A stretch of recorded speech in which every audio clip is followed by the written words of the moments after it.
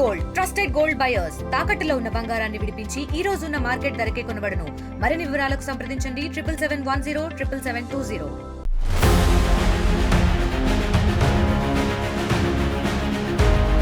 Super 6 పథకాల అమలుపై AP సర్కార్ ఫోకస్ పెట్టింది. అధికారంలోకి వస్తే సూపర్ 6 అమలు చేస్తామని హామీ ఇచ్చిన కూటమి ఆ దిశగా చర్యలు చేపడుతోంది. ఇప్పటికే ఉచిత గ్యాస్ సిలిండర్లు పథకం అమలు చేస్తున్న కూటమి ప్రభుత్వం తాజాగా తల్లికి వందనంతో పాటుగా అన్నదాత సుఖీభవ పథకాలను వచ్చే ఆర్థిక సంవత్సరంలో అమలు చేయాలని నిర్ణయించింది. వచ్చే విద్యా సంవత్సరం నుంచి తల్లికి వందనం పథకానికి శ్రీకారం చుట్టనుంది.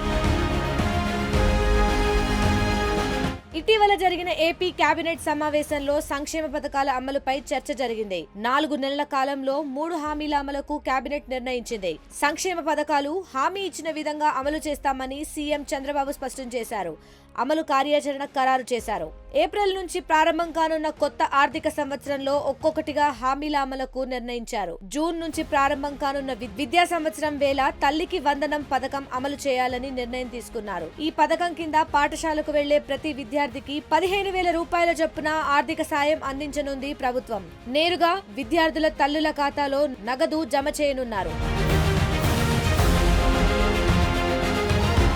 అదేవిధంగా వచ్చే మే నెల నుంచి అన్నదాత సుఖీభవ పథకం అమలుకు నిర్ణయం తీసుకుంది ఏపీ ప్రభుత్వం. ఈ పథకానికి సంబంధించి విధి విధానాలు రూపొందించాలని అధికారులను ఆదేశించారు సీఎం చంద్రబాబు. ఈ పథకం ద్వారా ప్రతి రైతుకు ఏటా 20,000 రూపాయలు అందజేయనుంది ప్రభుత్వం. కేంద్రం పీఎం కిసాన్ పథకం ద్వారా ఇస్తున్న 6,000కు రాష్ట్ర ప్రభుత్వం తరపున 14,000 రూపాయలు కలిపి మొత్తం 20,000 రూపాయలు అందించనున్నారు. కేంద్రంతో పాటు 3 విడతలుగా రాష్ట్రం ఆర్థిక సాయం ఇవ్వాలని యోచిస్తోంది.